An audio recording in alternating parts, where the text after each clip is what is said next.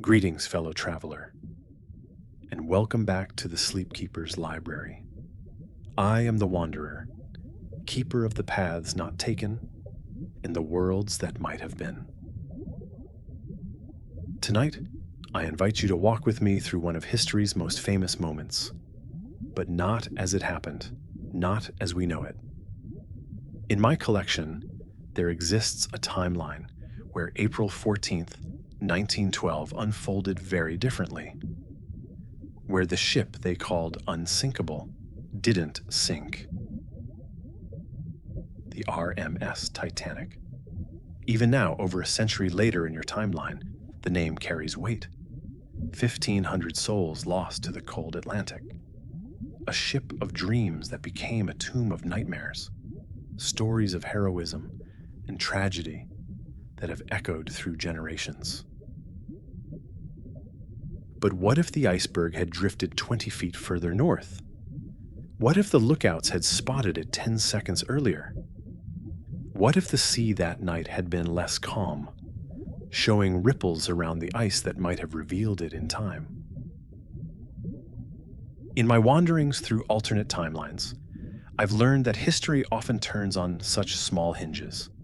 A few degrees, a few seconds, a few feet of distance between catastrophe and continuation.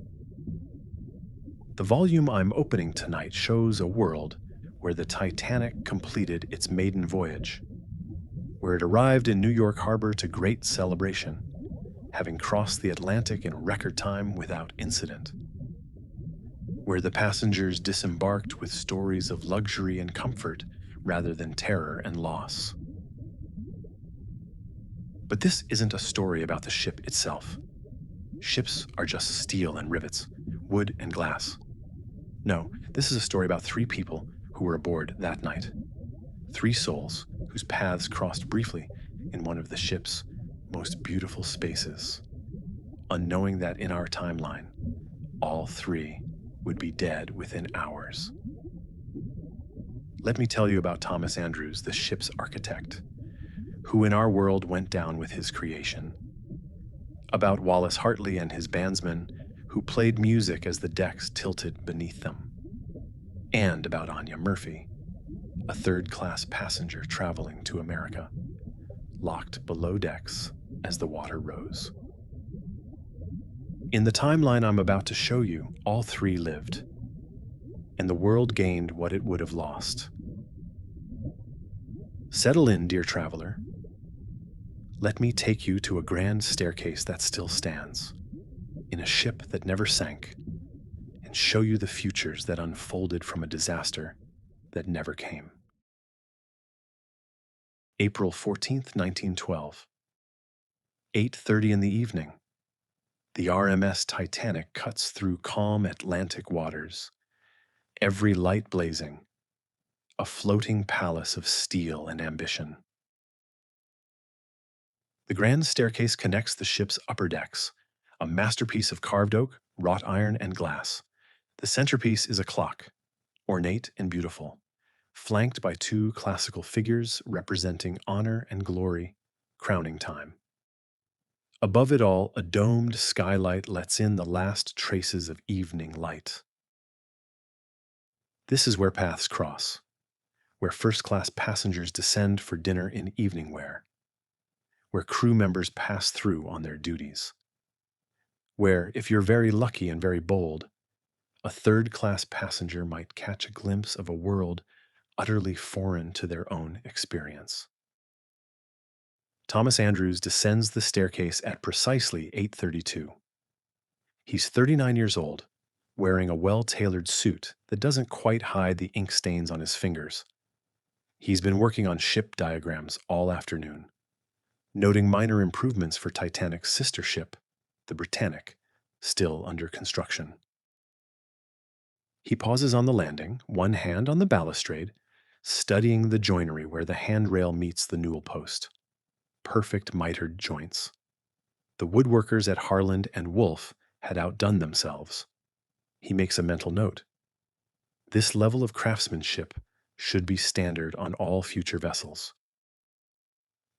His mind is already on the next ship, the next improvement, The next innovation. He doesn't know that in another timeline, in just over 3 hours, he'll be throwing deck chairs overboard for people to cling to, helping to load lifeboats, and going down with his creation. He doesn't know he's supposed to die tonight. He continues down the stairs, nodding politely to passengers, his trained eye catching every detail. A light fixture that could be brighter, a carpet edge that might need tacking, a door hinge that squeaks almost imperceptibly. 20 seconds later, Wallace Hartley ascends from A deck, violin case in hand. He's 33, the bandmaster, leading a group of 8 musicians who play for the first-class passengers. They've just finished the afternoon concert, and he's heading to his cabin to rest before the evening performance. He's thinking about the set list, perhaps some Dvorak tonight. The passengers seem to appreciate the New World Symphony. His fingers unconsciously move as if playing, muscle memory working through a particularly tricky passage. He's been a musician since childhood, played on ships for years, and this is the finest gig he's ever had. The Titanic's passengers are sophisticated, appreciative, generous with their applause. He passes Andrews on the stairs without really seeing him, just another first-class gentleman in evening wear. In another timeline, these 2 men will share the same fate, both choosing to stay aboard as the ship goes down. But here, now, they're just 2 people passing on a staircase, one going up, one going down, their brief moment of proximity meaning nothing. And then, from the E-deck stairwell that third-class passengers aren't supposed to use, comes Anya Murphy. She's 23, traveling alone from Cork to New York, where her sister has found work in a factory. Her third-class ticket cost her £7 and 7 shillings, money saved over 2 years of work as a seamstress. She's wearing her best dress, dark wool with white collar, practical and modest. She shouldn't be here. Third-class passengers have their own areas, their own staircases, their own dining rooms. But she got turned around trying to find the women's lavatory, pushed through a door she thought led back to the third-class areas, and suddenly found herself in this impossible space. She stops, frozen, staring up at the glass dome, the carved angels, the warm electric lights. She's never seen anything like this. The churches back home are grand, but this is like stepping into a palace from a fairy story. A steward spots her, starts moving in her direction with that particular purposeful walk that means someone is about to be escorted from somewhere they don't belong. But at that exact moment, Andrews turns to examine a decorative panel, partially blocking the steward's path. And Hartley adjusts his violin case, momentarily obscuring the steward's view. In that handful of seconds, Anya slips back through the door she came from, heart pounding, the image of the grand staircase burned into her memory. She'll never forget it, the most beautiful thing she's ever seen. 3 people, 1 space, paths crossing for mere seconds, none of them knowing the others exist, none of them aware that in a few hours, all 3 will experience the same moment of pure terror, the moment they think they're about to die. It happens at 11:40 p.m. Andrews is in his cabin reviewing diagrams when he hears the lookout bell. 3 sharp rings. Ice. He's on his feet instantly, heart hammering, heading for the bridge. By the time he reaches the deck, officers are shouting orders. The ship is turning hard to port, and through the darkness he sees it, massive, dark, impossibly close. The iceberg passes along the starboard side, so near he can feel the cold radiating from it, can hear the sound of ice against hull that makes his blood run cold. For 30 seconds that feel like hours, he waits for the sound of tearing metal, for the lurch that means they've struck, for his life's work to start sinking beneath him. But the iceberg slides past. The ship sails on. He stands on the deck, breathing hard, his hands shaking, thinking, we came within feet, within feet. Hartley is between sets when he sees the commotion. Crew members running, passengers pointing, officers scanning the darkness.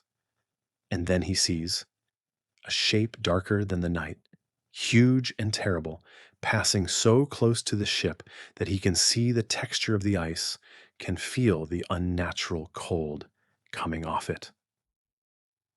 Someone near him gasps, "Oh my God!" For a moment that stretches forever. Hartley thinks, "This is it. This is how I die." Drowned in the Atlantic, miles from shore, in water so cold it would stop my heart in minutes. But the shape passes. The ship continues. When he goes back to play the evening concert, his hands won't stop trembling, and his bow shakes for the first three pieces. Anya is in the third-class common room when she hears the commotion above. Running feet, shouts, a bell ringing urgently. One of the stewards rushes through, and she hears him say to another, "Ice! Bloody massive berg! Missed it by yards." Around her, people start murmuring, frightened. A crew member comes down and begins closing the gates, the ones that separate third class from second, the ones that lock. She hears the click of the mechanism, hears whispers around her. If we'd hit it, they'd leave us down here. The gates are locked. For minutes that feel like hours, Anya stands with her hand on the locked gate, listening to the chaos above, thinking, if something happens, I'm trapped. We're all trapped. But gradually the sounds fade. The ship keeps moving. Eventually the gates are unlocked again. She makes it back to her berth, but she can't sleep.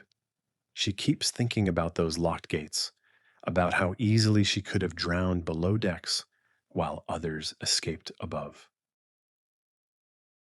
The ship sails on through the night, whole and untouched. By morning, passengers are telling the story at breakfast. Did you see the iceberg? It was enormous. I heard we missed it by less than 20 feet. Already it's becoming an adventure story, a tale to tell at dinner parties. But three people can't shake it. Andrews keeps calculating in his head. If they'd hit it, would the compartments have held? How fast would she have gone down? Hartley keeps feeling that cold, radiating from the ice, keeps seeing that massive dark shape in his mind. Anya keeps hearing the click of the gate locking, keeps thinking about being trapped below. They don't know yet that they'll spend the rest of their lives thinking about that night. Don't know that decades from now, Andrews will wake from nightmares about icebergs, that Hartley will be unable to hear about ship disasters without feeling sick, that Anya will refuse to work anywhere with locked doors. All they know is they almost died. They came within feet of it, and somehow, impossibly, they're still here.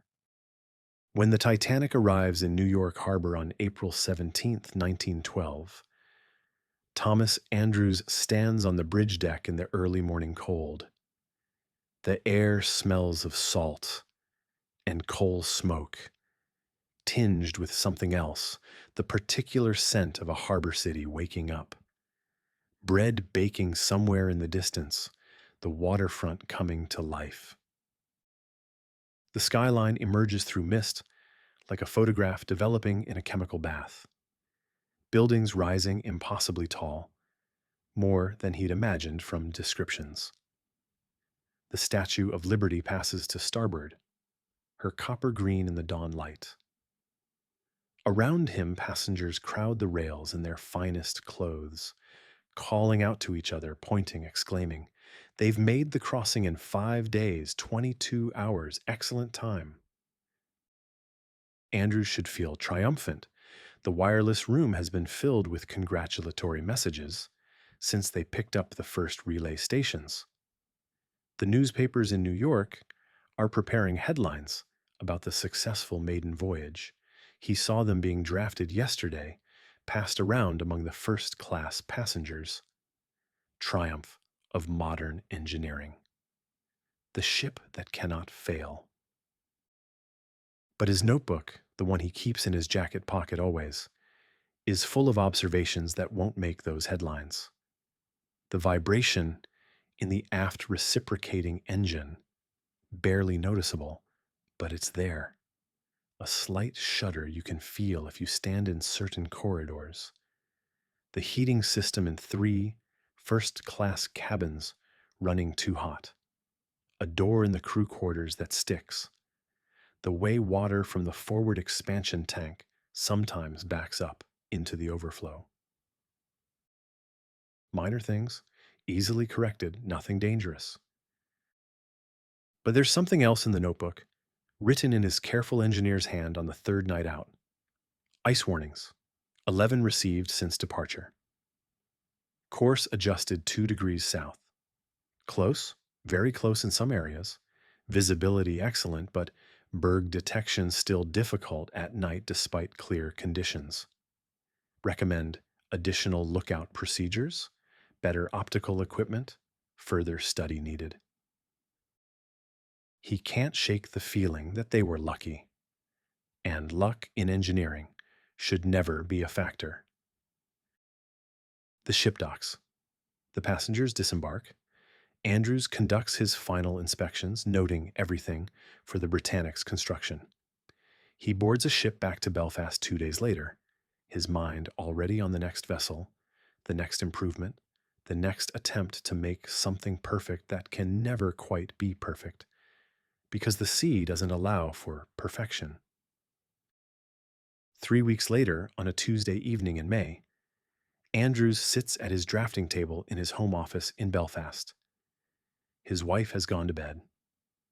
The house is quiet except for the ticking of the hall clock and the scratch of his pen on paper. The Britannic's plans are spread before him. Not the official drawings from the Harland and Wolff offices, but his personal copies, the ones he can mark up freely without submitting requests through proper channels. He's redesigning the watertight compartment system. Currently, both in Titanic and in Britannic's plans, the watertight compartments extend only to E-deck. The thinking is sound. If water enters one compartment, the watertight doors close, containing the damage. But Andrews has been running calculations, sketching scenarios. What if the breach is large? What if multiple compartments flood? Water would fill the forward compartments, the bow would sink lower, and eventually, he draws this out carefully, checking his math twice. Eventually, water would slosh over the top of the bulkheads, filling the next compartment, then the next, a cascade of inevitable sinking. He sits back, rubbing his eyes. The lamp on his desk creates a pool of warm light in the darkness. Outside, Belfast Harbor is quiet at this hour.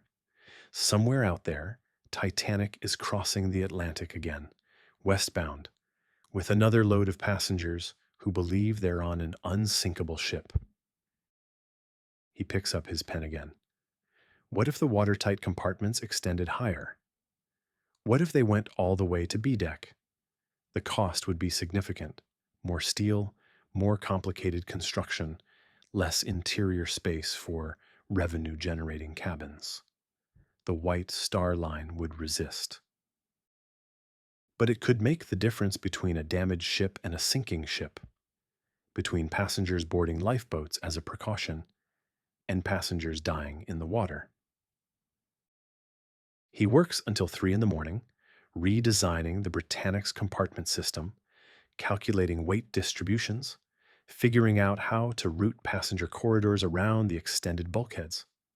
His hand cramps, his eyes burn, but the calculations are holding. It would work. The next morning, He brings the designs to the Harland and Wolff offices. His colleagues look at him like he's lost his mind. "We've already got the most advanced safety system afloat," his chief draftsman says, gesturing at the Titanic's specifications. 16 watertight compartments. She can float with any 2 compartments flooded, or even the first 4.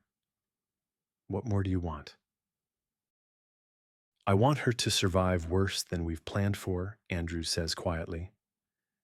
"I want her to survive the scenario where luck runs out." The fight takes months.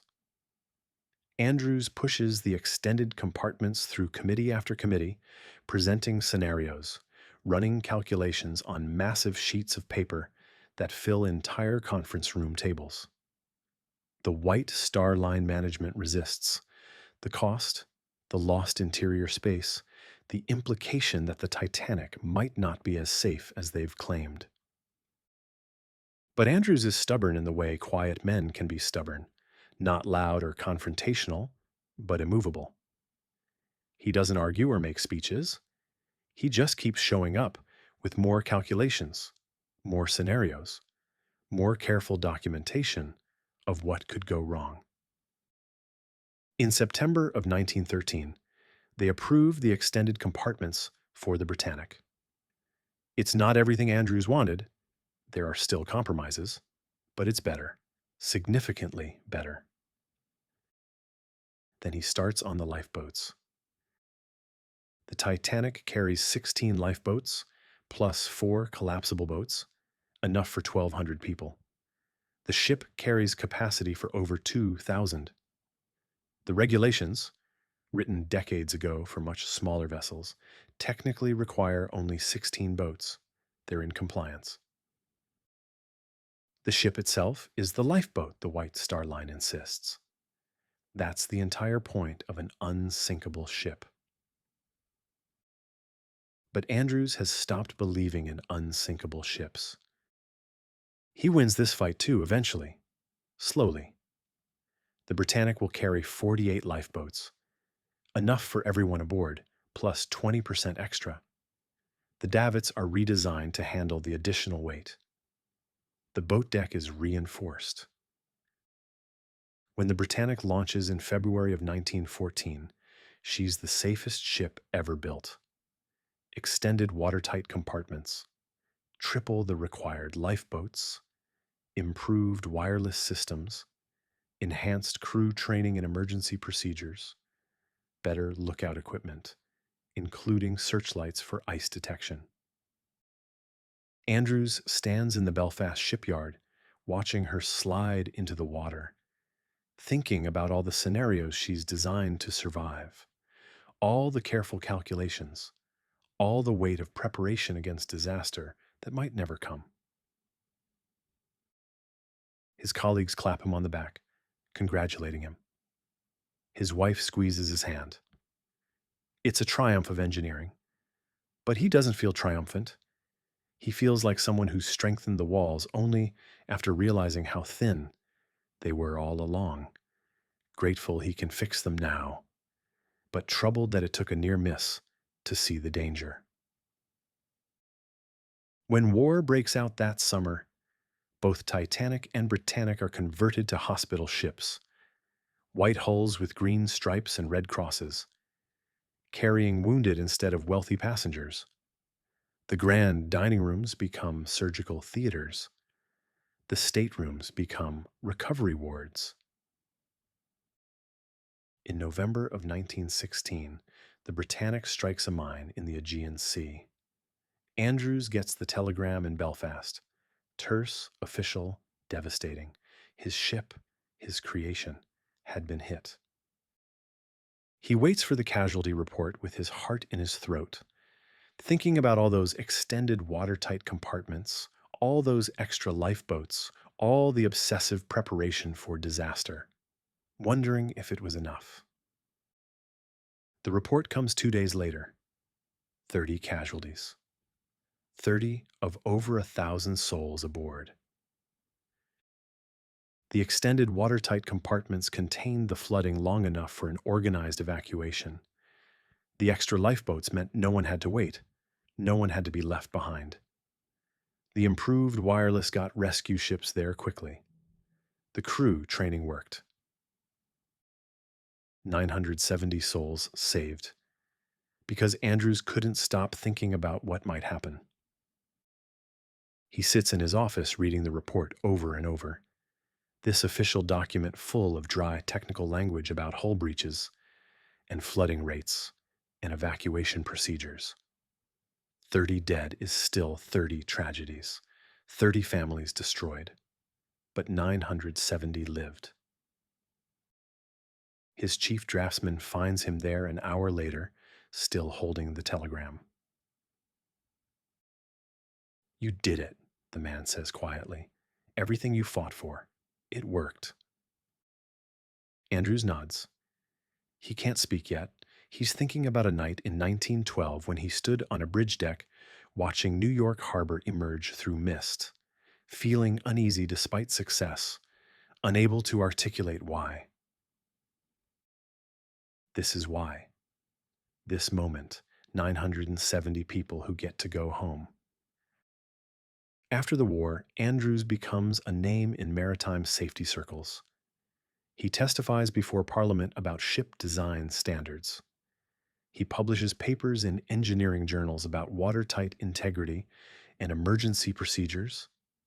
He consults on new ship designs, always pushing for more lifeboats, better compartmentalization, improved safety training. Some in the industry call him paranoid. Others call him visionary. He doesn't particularly care which. He just remembers how close it came, how easily luck could have run out, and he works to make sure that ships are built to survive worse than anyone expects. The regulations change slowly.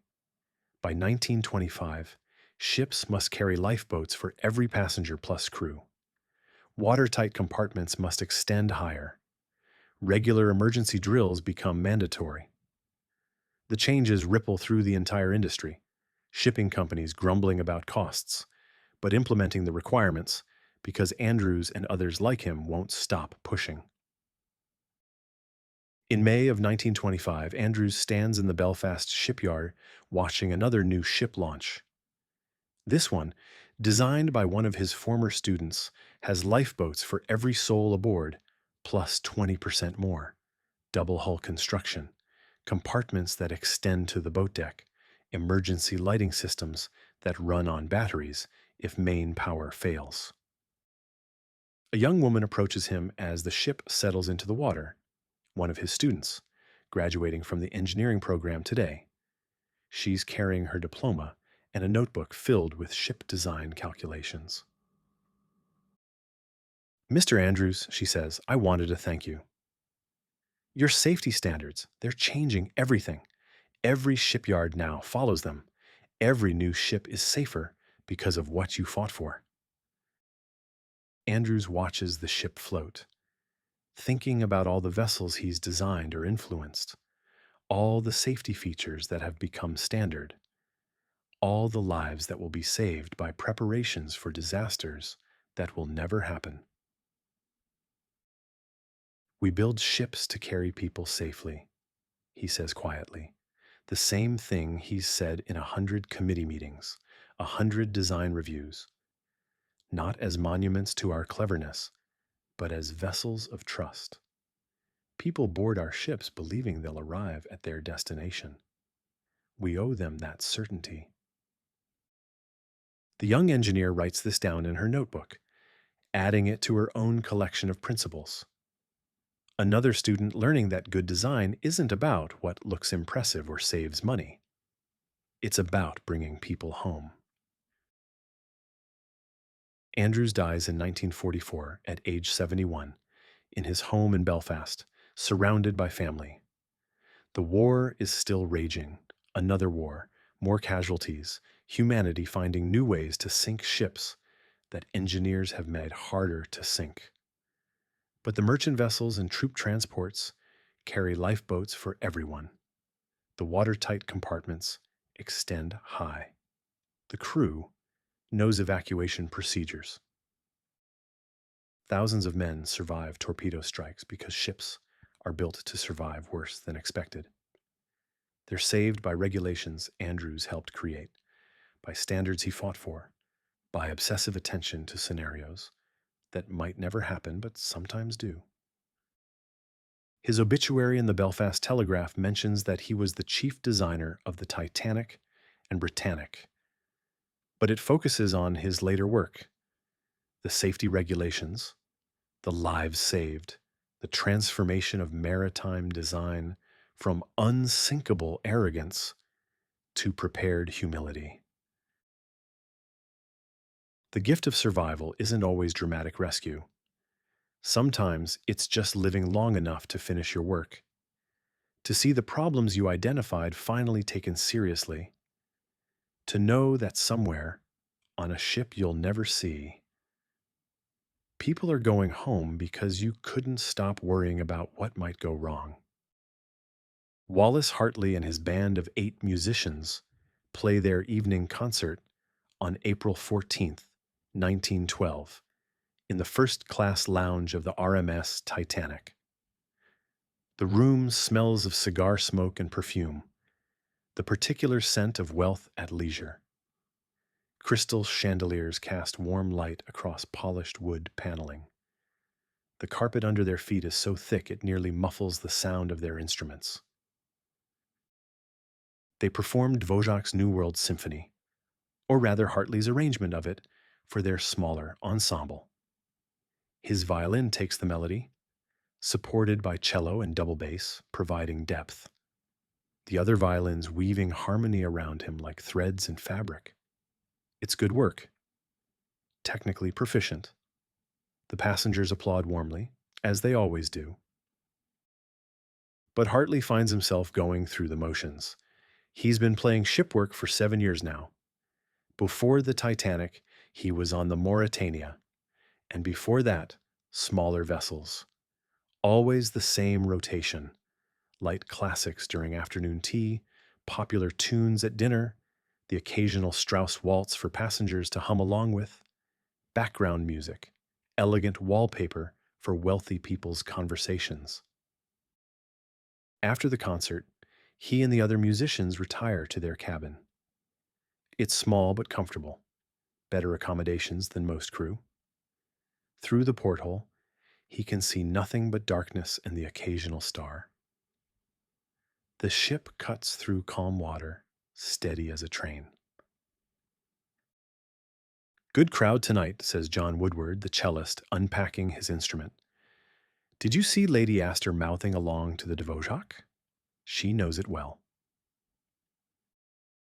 Hartley nods, already thinking about the return voyage, the next crossing, the next rotation of the same pieces for different audiences, who all blur together into one continuous stream of evening wear and polite applause. The ship arrives in New York on the 17th of April to celebration. The newspapers praise the successful maiden voyage, mentioning the band in passing, how their music added elegance to the journey, how first-class passengers particularly enjoyed the repertoire selection. It's good publicity. The White Star Line offers them contracts for ongoing crossings. But something shifts in Hartley during that week in New York. On his third evening in the city, he attends a concert at Carnegie Hall. He's heard of the venue, of course, every musician has, but being inside it is different than imagining it. The acoustics are extraordinary. Every note from the New York Philharmonic reaches him with perfect clarity, no matter where the sound originates on stage. The violin section's vibrato carries through the entire hall. The timpani's thunder doesn't overwhelm, but supports, residing exactly where it should in the sonic architecture. They're playing Brahms, the German Requiem.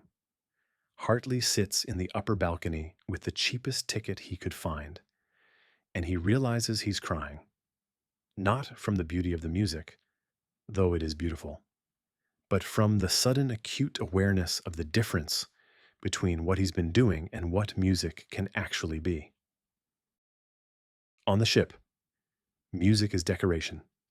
Here, music is architecture. It shapes the space.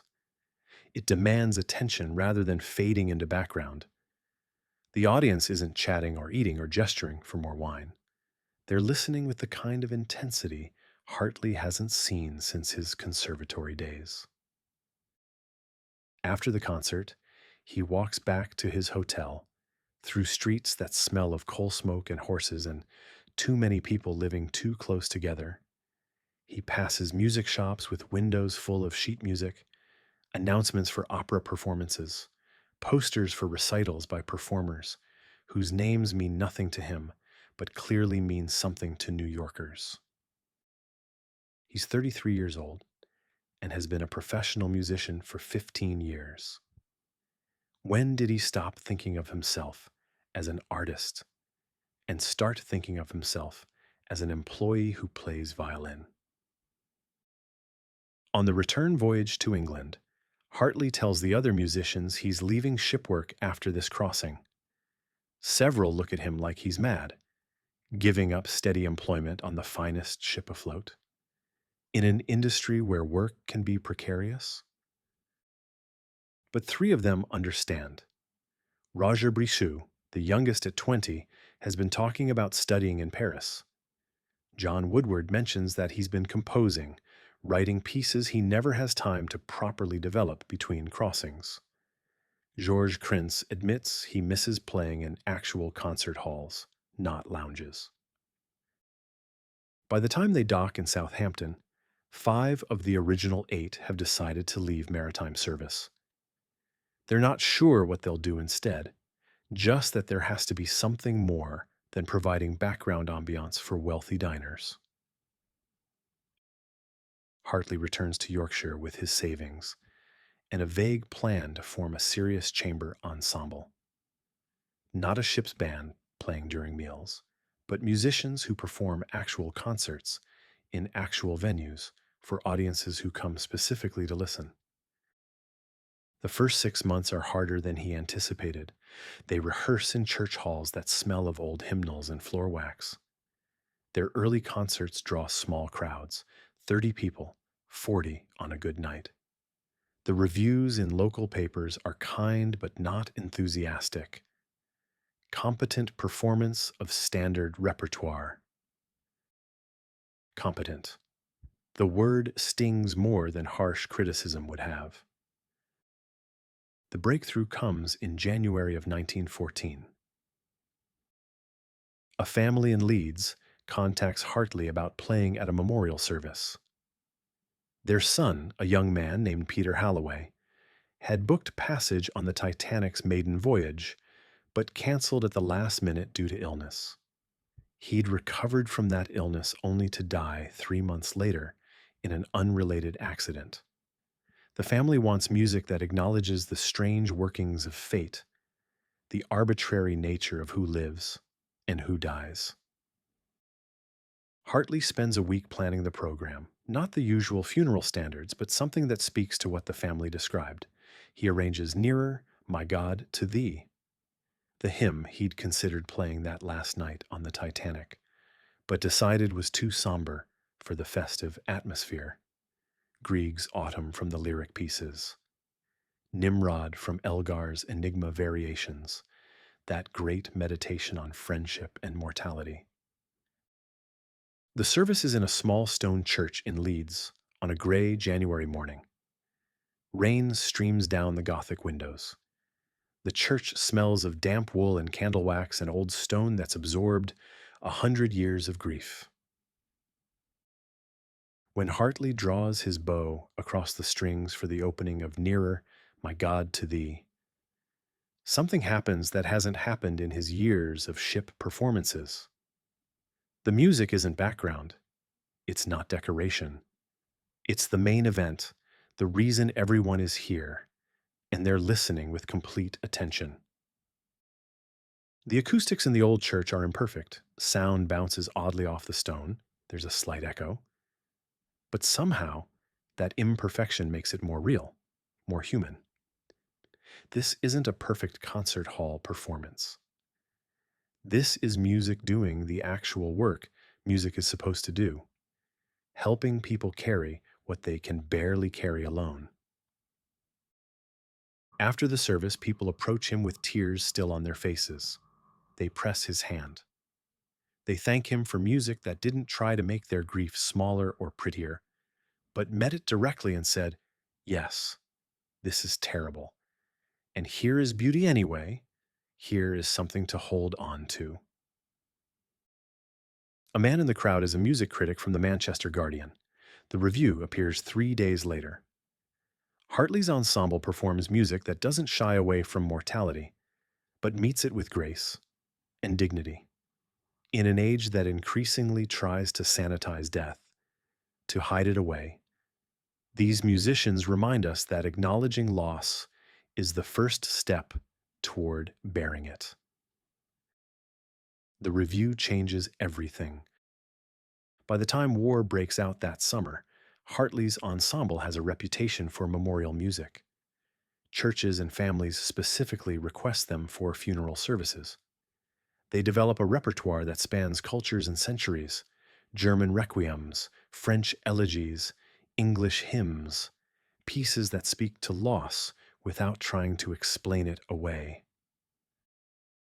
When the casualty lists from the Western Front start arriving, there's suddenly terrible demand for exactly what they do. They play memorial services in churches packed with mourners. They perform in hospitals for wounded soldiers who need to hear that beauty still exists. They play in town squares during remembrance ceremonies, their music carrying across crowds of people who've all lost someone.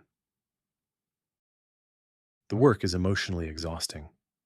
Some nights Hartley goes home and can't pick up his violin for hours afterward, can't bear the weight of all that accumulated grief that he's helped other people process. But there's also something deeply meaningful about it. The music matters, not as background or decoration, but as actual sustenance. People need it the way they need food or water or air.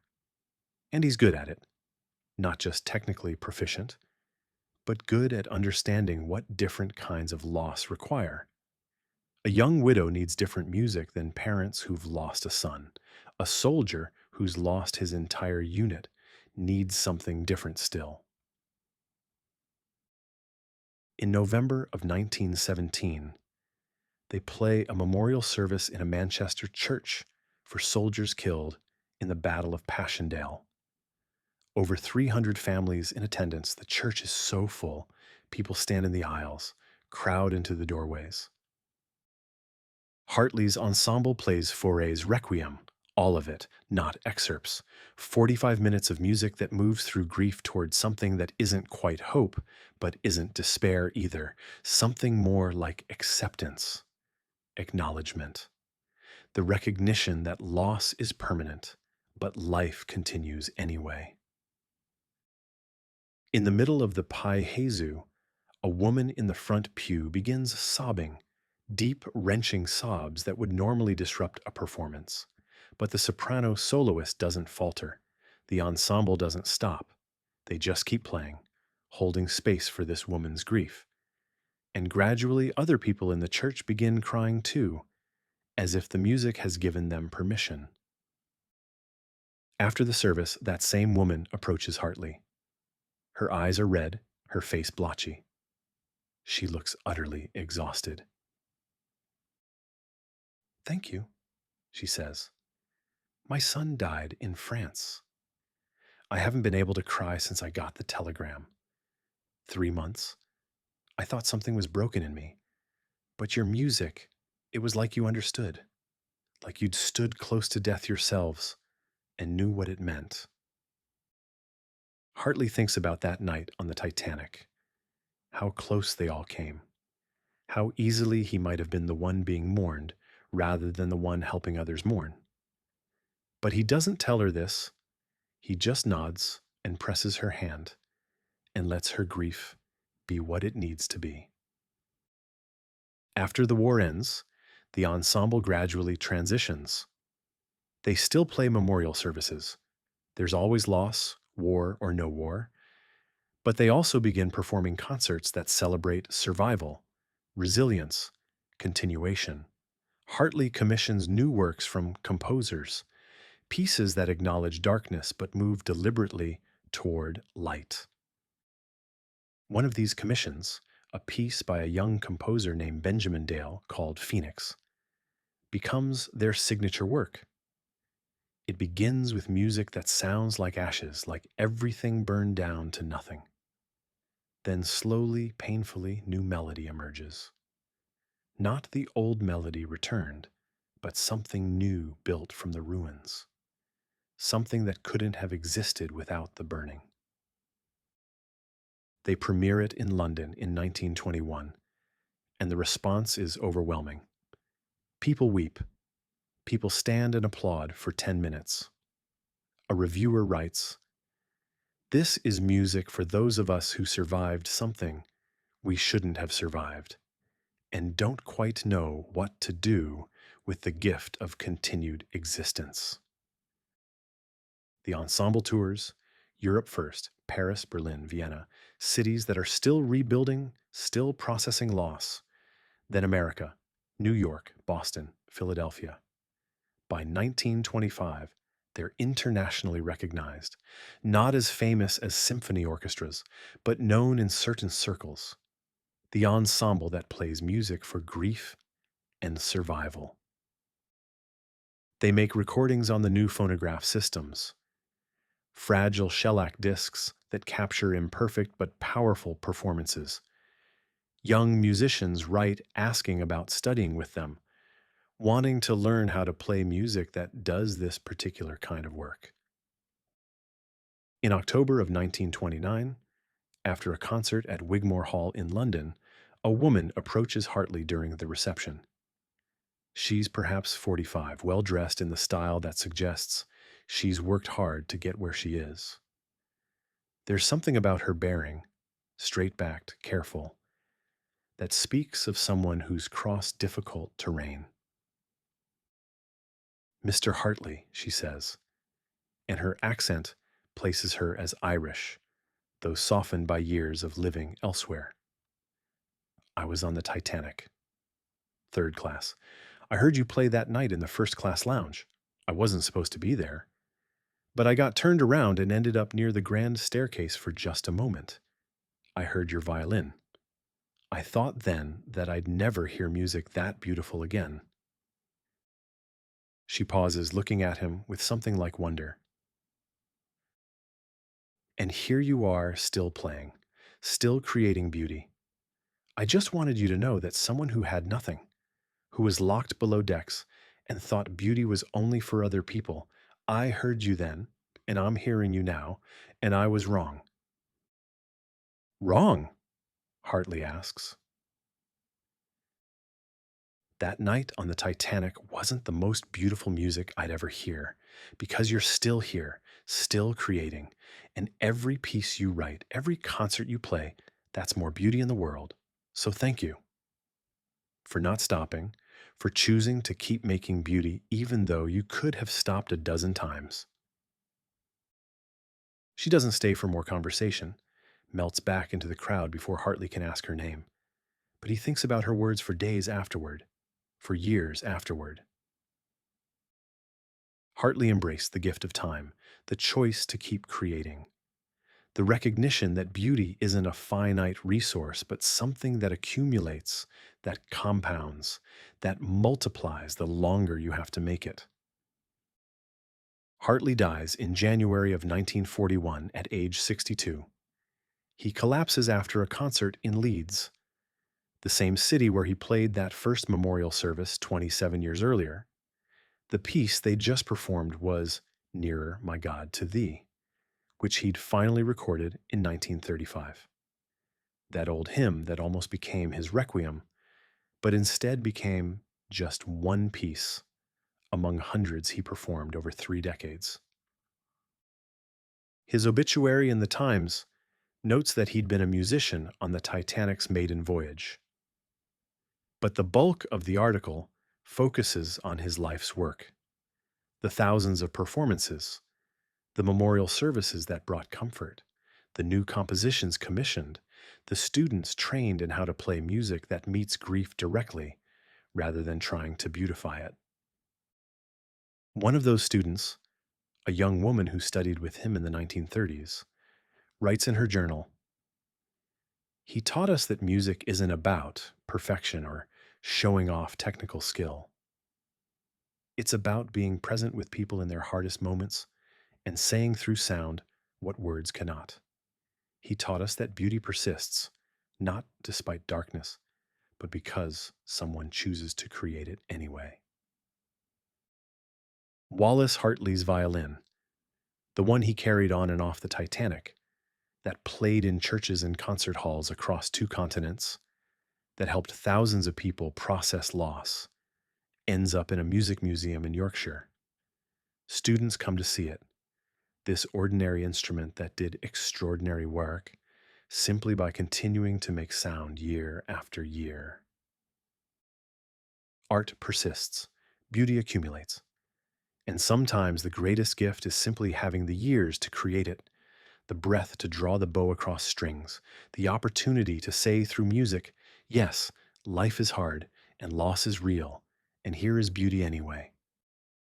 When the Titanic docks in New York on April 17th, 1912, Anya Murphy stands on the third-class deck with her canvas bag clutched in both hands, staring at a city that seems to rise from the water like something from a dream or a nightmare. She's not sure which yet. She's 23 years old. She's never been in a city larger than Cork, which has 30,000 people, and felt overwhelming. New York has millions. The buildings are taller than she thought buildings could be. The noise, even from here on the ship, is like nothing she's experienced. Shouting in a dozen languages, machinery, horses, steam whistles. The whole city seems to vibrate with motion and sound. Her sister Bridget is supposed to meet her at the pier. Anya scans the crowd, looking for a familiar face among hundreds of strangers. Her bag contains everything she owns: two dresses, a spare pair of shoes, her mother's rosary, 7 shillings left from her travel money, 2 years of savings to get here, 2 years of sewing, 14 hours a day in Cork to earn the £7, 7 shillings the ticket cost. And that moment on the grand staircase, those 30 seconds of seeing something so beautiful she could barely breathe. She'd thought then, maybe this is what my life will be like in America. Beautiful things, grand staircases, light through glass domes. Standing on the deck now, watching the crowd, she thinks, or maybe that was the only beautiful thing I'll ever see, and everything else will be this: noise and crowds and scrambling to survive. She hears a familiar voice shouting her name and spots Bridget shoving through the crowd, waving both arms. Her sister looks older than Anya remembers. Only 3 years since she left Cork, but she looks 30 instead of 26. Thinner, harder somehow. But her smile is the same, wide and relieved. They embrace on the pier, Bridget's coat smelling of wood smoke and unfamiliar cooking, and the particular scent of cities, coal dust and too many people pressed too close together. "You made it," Bridget says. "You're here. Come on, we'll take the L." The elevated train is terrifying and exhilarating.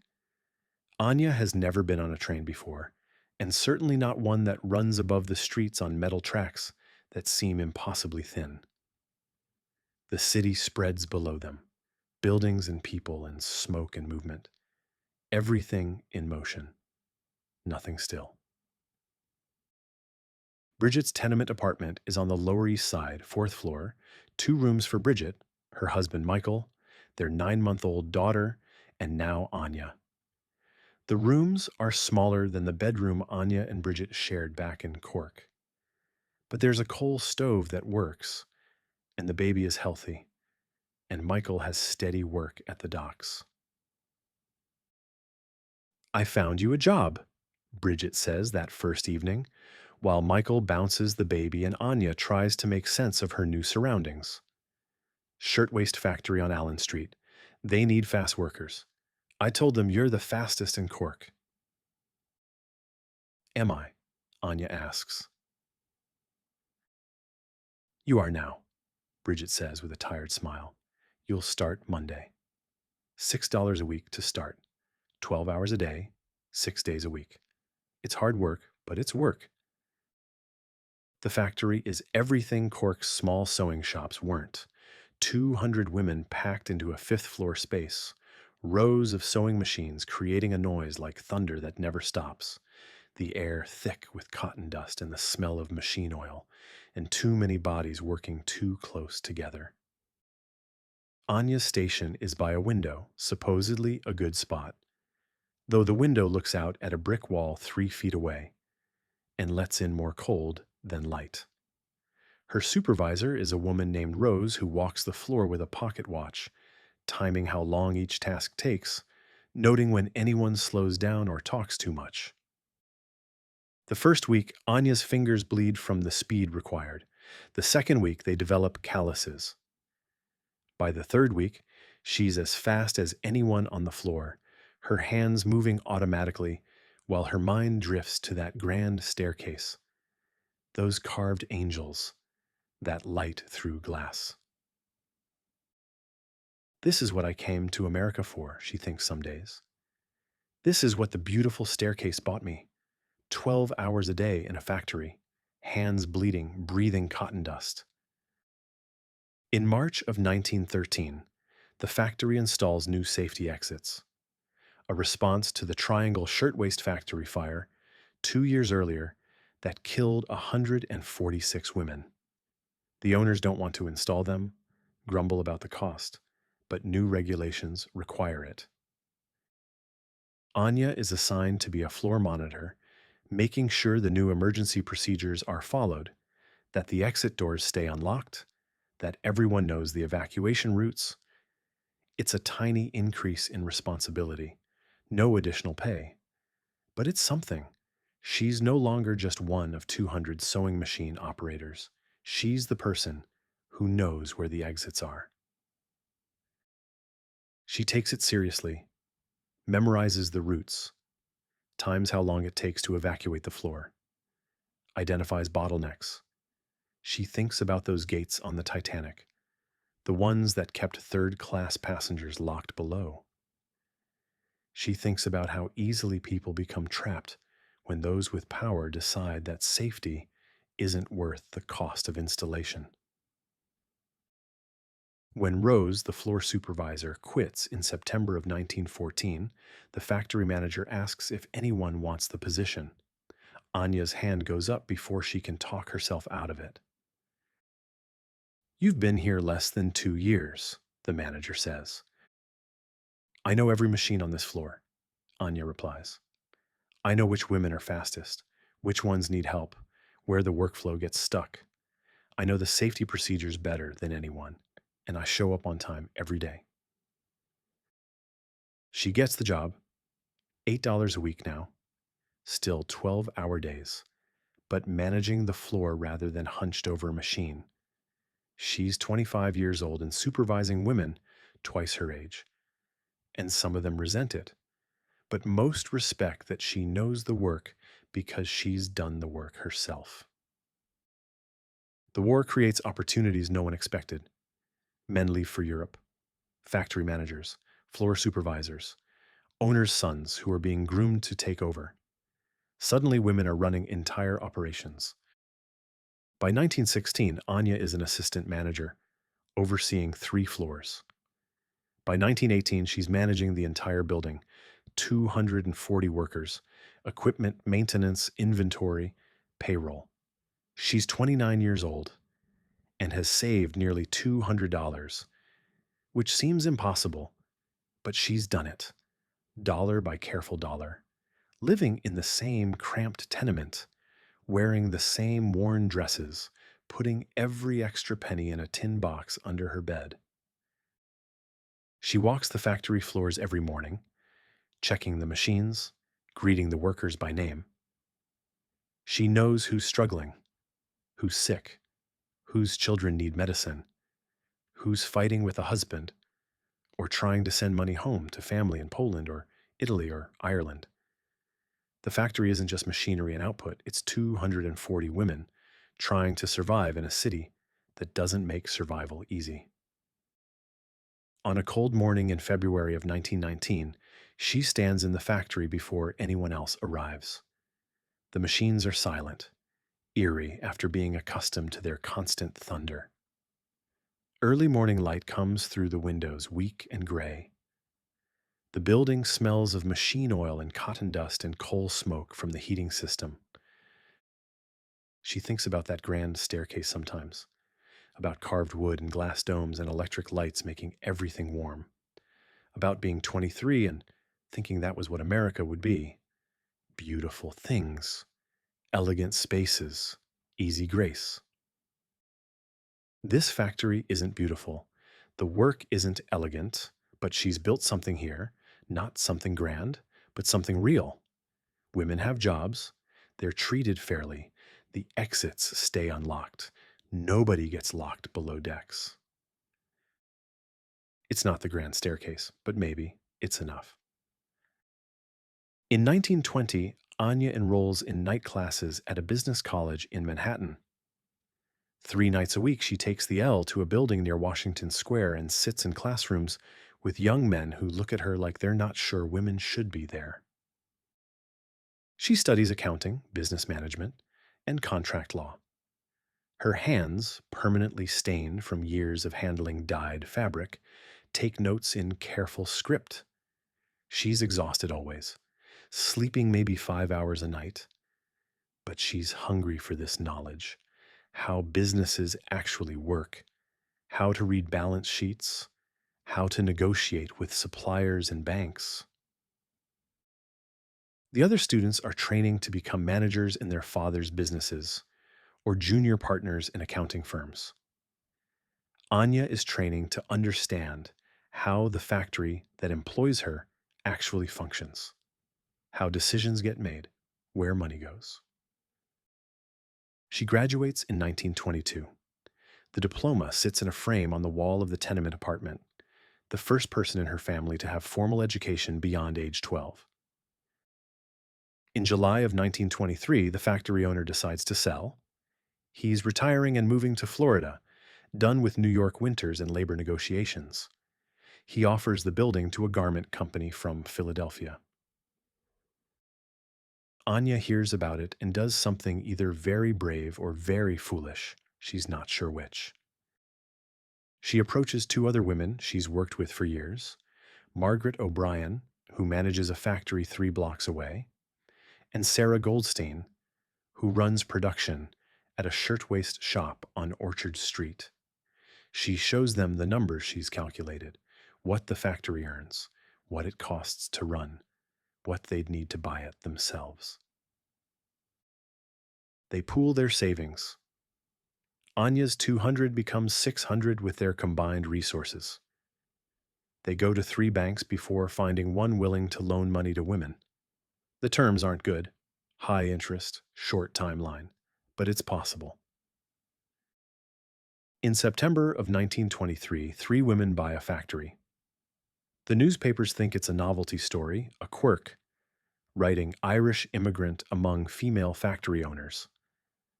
But the women aren't interested in being novelties. They're interested in running a business that actually works. They restructure everything. Better lighting, better ventilation, fair wages, and absolutely no locked doors. The first year is terrifying. They're 3 months behind on loan payments at one point. But the workers are happier, productivity improves, and buyers start noting that this particular factory delivers reliable quality. Word spreads. By 1925, they've paid off the initial loan and are turning profit. By 1927, they're contracting with department stores, employing 300 workers across 2 buildings. On a spring morning in 1930, Anya stands in the new factory building they've just purchased. Bigger, newer, with large windows that actually let in light. The Depression has started, businesses are failing everywhere, but they're surviving by being careful, managing cash flow, focusing on essential garments that people still need even when money is tight. They keep workers employed even when profit margins vanish, taking no pay themselves some months, believing that keeping people working matters more than maximizing profit. The workers remember this. When times improve, when other factories offer higher wages, most stay, not because they're trapped, but because they remember who kept them working when no one else would. By 1940, she's 51. The factory employs 400 people across 3 buildings. She's respected in the garment district, consulted about labor practices and business management. Women who worked for her have started their own businesses. The network keeps growing.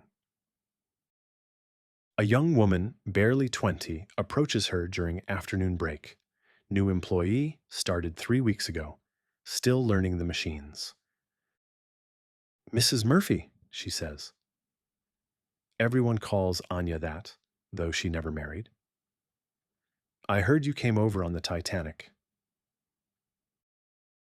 I did, Anya confirms. Were you scared, coming here alone? Anya looks at this girl, Greek, judging by her accent, and sees herself 30 years ago. Same fear, same determination, same hope mixed with terror. Terrified, she says honestly. I thought I'd made a terrible mistake. But the secret, Anya says, is that you don't have to do it all at once. You just do today, then tomorrow. Eventually you look back and realize you built something without noticing you were building it.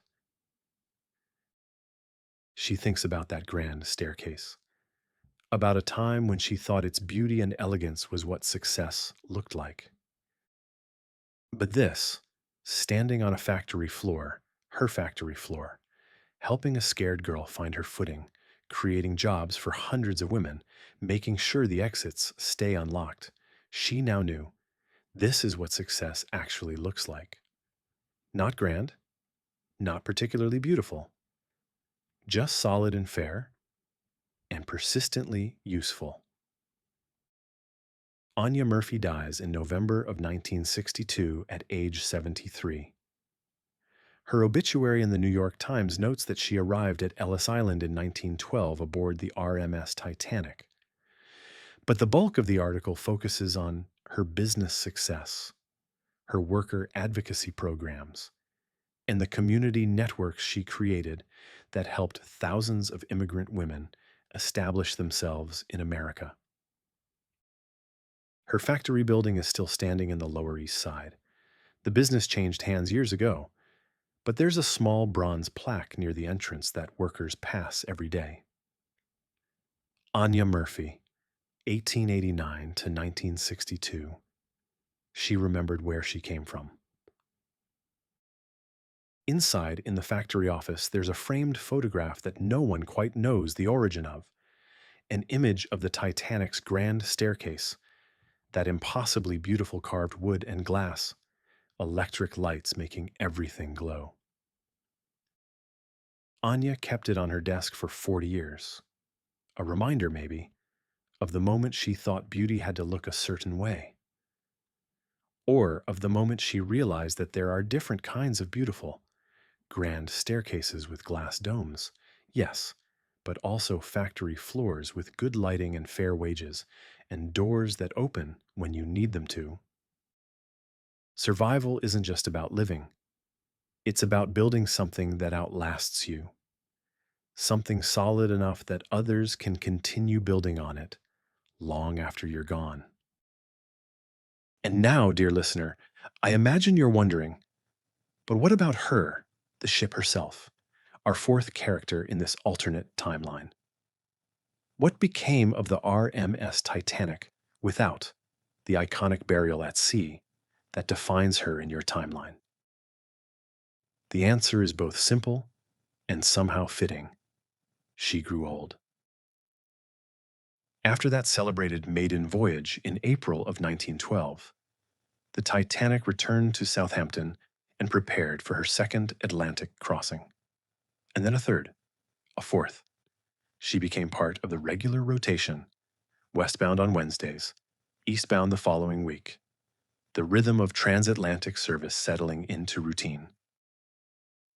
By her 10th crossing, she was no longer making headlines. Newspapers stopped tracking her arrivals.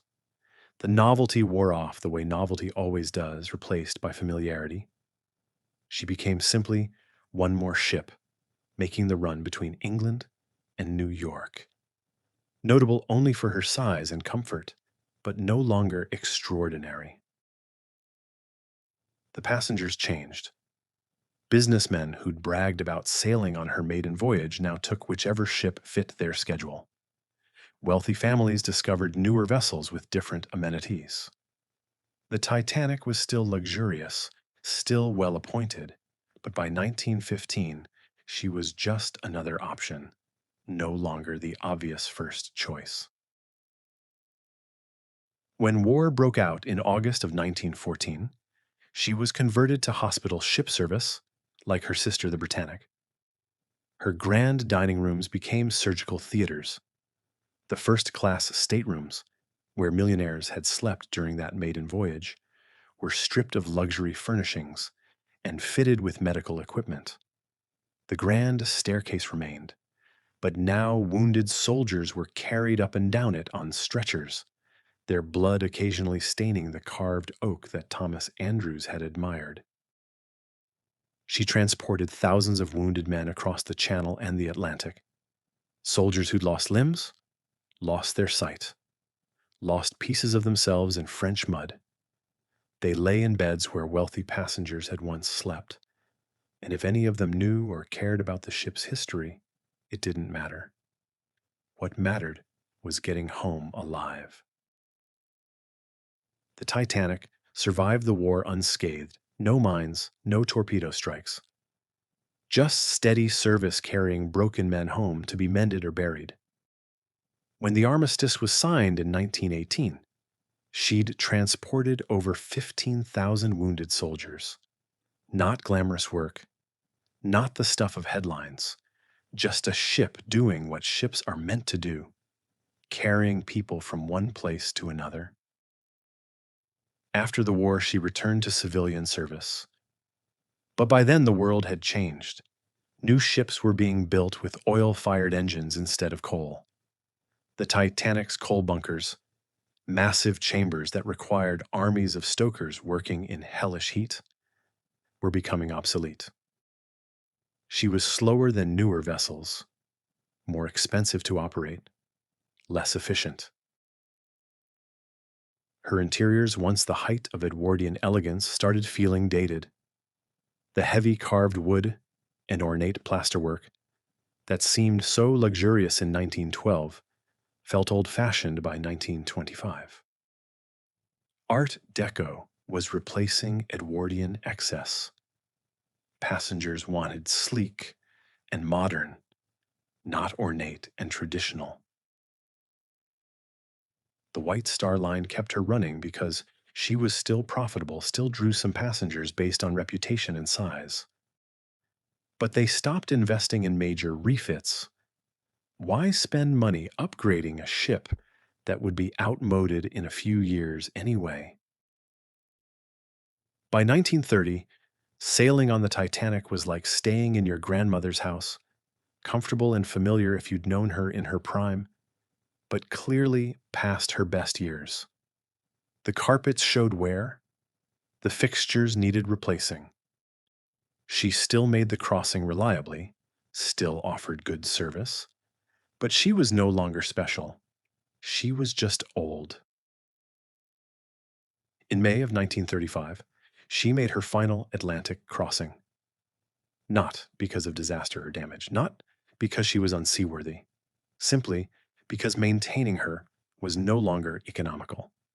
Better ships existed, faster ships, more efficient ships, ships that burned oil instead of coal, that could make the crossing in 4 days instead of 6. The final voyage was quiet. A few passengers who remembered sailing on her maiden voyage 23 years earlier booked cabins for nostalgia's sake. The newspapers ran small articles, end of an era type pieces. But the coverage was modest. She'd been famous once, but that was a long time ago. Thomas Andrews came aboard for that last crossing. He was 62 then, semi-retired, but he wanted to see his creation one final time. He walked the decks he'd designed, ran his hands along railings he'd specified, checked joints and fixtures out of habit, even though it no longer mattered whether they needed maintenance. The ship was tired. He could feel it. Not unsafe.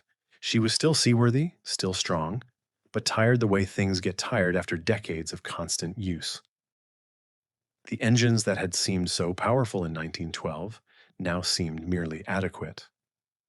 The spaces that had felt grand now felt dated. But she'd done her job, carried hundreds of thousands of passengers safely across the Atlantic, brought wounded soldiers home, survived a war, lasted 23 years of constant service without major incident. Not a bad life for a ship, he thought. She was towed to a shipbreaker's yard in Jarrow, Scotland. Over the course of 18 months, she was carefully dismantled. The steel was recycled, melted down, and reformed into other structures, other purposes. The fixtures were sold at auction. The grand staircase was purchased by a hotel in Lancashire, where it still stands today, tourists occasionally pausing to take photographs without knowing its history. The ship's bell went to a maritime museum in Southampton. Some of the carved paneling from the first-class lounge ended up in a manor house in Yorkshire. The rest, thousands of tons of steel and wooden fittings, was broken down, sorted, sold, scattered. She didn't die dramatically. She just ended quietly, efficiently. The way most things end when they've served their purpose and it's time to make room for what comes next. In your timeline, the Titanic rests at the bottom of the Atlantic Ocean, 12,000 feet down, crushed by pressure, rusting slowly in darkness so complete that no light penetrates. She's been down there for over a century, preserved by cold and depth, still recognizable as a ship despite the decay. Submersibles visit occasionally. Researchers study her. She's become a memorial, a monument, a tourist destination for the very wealthy who can afford deep-sea expeditions. In this timeline, her pieces are scattered across England and beyond. A staircase in a hotel, fixtures in museums, recycled steel that might be in buildings, bridges, other ships. She's been absorbed back into the world, her materials repurposed, her existence dispersed. Both versions of her now rest in quiet stillness. One preserved by cold darkness, visited by submersibles, still recognizable. The other scattered and repurposed, mostly forgotten, incorporated into structures that serve new purposes. And here's what strikes me. Walking through these timelines, rust grows as easily above water as below. Whether dramatic or mundane, whether spectacular or ordinary, everything built by human hands eventually returns to the elements. Iron oxide, accumulating molecule by molecule, reclaiming what was briefly shaped into purpose. The Titanic of your timeline became legend, a symbol, a warning, a story that will be told as long as humans tell stories about hubris and tragedy and the sea's indifference to human ambition. The Titanic of this alternate timeline became just a ship. A good ship that did her job well for 23 years. and was then respectfully dismantled when better ships made her obsolete. She carried people safely. She came home every time. She grew old in service rather than young in tragedy.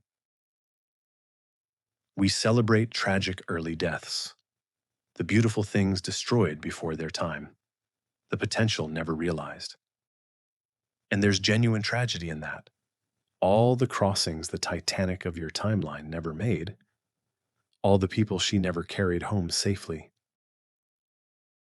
But there's a different kind of beauty in growing old, in becoming outdated, in serving your purpose year after year without drama or recognition, and then being quietly retired when your time is done.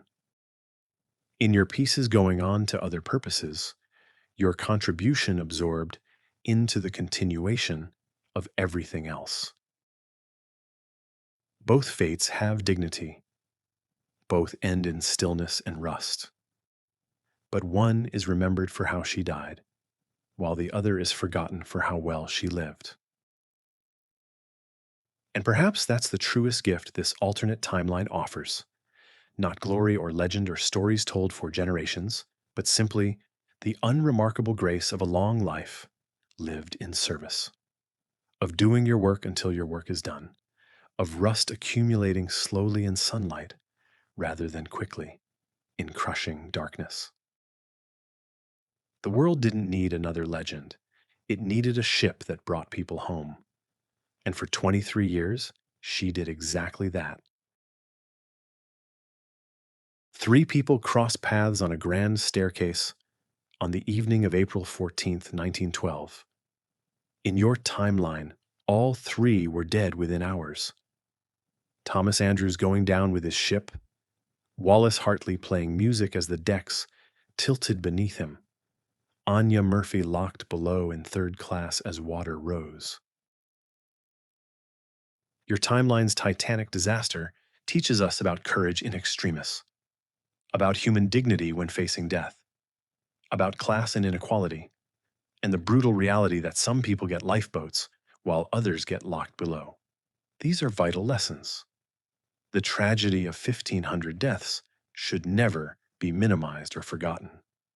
But this alternate timeline teaches us something else, about what accumulates when death doesn't come, about the quiet heroism of showing up day after day to do work that nobody will write legends about safety systems that prevent disasters no one will ever know didn't happen, about music that helps people grieve losses that aren't dramatic enough for headlines, about factory doors that stay unlocked because someone remembers when doors were locked. Their stories are a reminder that history isn't inevitable, that disaster isn't predetermined, that sometimes luck holds and people get decades instead of hours. And what they do with those decades, that's what this timeline is really about. I close this volume carefully, running my hands over its cover. The title shimmers in that particular way. Books in my collection usually do, catching light that doesn't quite exist in normal space. The Ship That Never Sank, a timeline of survival. It's one of my quieter volumes, less dramatic than some. No great battles avoided, no empires that fell in one timeline but thrived in another, no catastrophic technologies that were never invented, just three people who lived instead of dying, and a ship that grew old instead of sinking young. Just an iceberg that drifted a few feet further north, and all the years that unfolded from that small shift in frozen water and chance. I wonder what my colleague, the historian, would say about the craftsmen who built that grand staircase, about their skill and patience creating beauty meant to last, about how their work endured in one timeline as a memorial at the bottom of the ocean, and in another as a hotel staircase that tourists climb without knowing its history. Both fates honor the craft, but in such different ways. And perhaps the Mythkeeper, could speak to why we need tragic stories. Why humans create myths around disasters, finding meaning in loss, building narratives of heroism and sacrifice that help us process the arbitrary cruelty of the universe. The Titanic in your timeline isn't just a ship, it's become a symbol, a cautionary tale, a story about hubris and mortality that reveals something true about the human condition. In my wanderings through alternate timelines, I've learned that survival often comes down to the smallest details: a few more inches of space, a different calculation, whether something that floats can bear the weight of two instead of one. The universe turns on such small hinges: an iceberg drifting a few feet further north, a lookout's eyes catching movement 10 seconds sooner, the mathematics of who lives and who doesn't. If this journey through an alternate April night has brought you peace, or made you think about the mysteries of survival and chance, I hope you'll return. Every week I'm here in my section of the library, opening another volume, walking down another path that history didn't take. There are infinite possibilities waiting in these shelves, infinite moments where luck held instead of breaking, where the catastrophe simply didn't come, where a boat didn't sink. And the greatest gift is the gift of time. Until we meet again among the worlds that might have been, may your own path through time's labyrinth lead you safely home. May the doors you need stay unlocked, and may the iceberg drift just far enough north. Good night.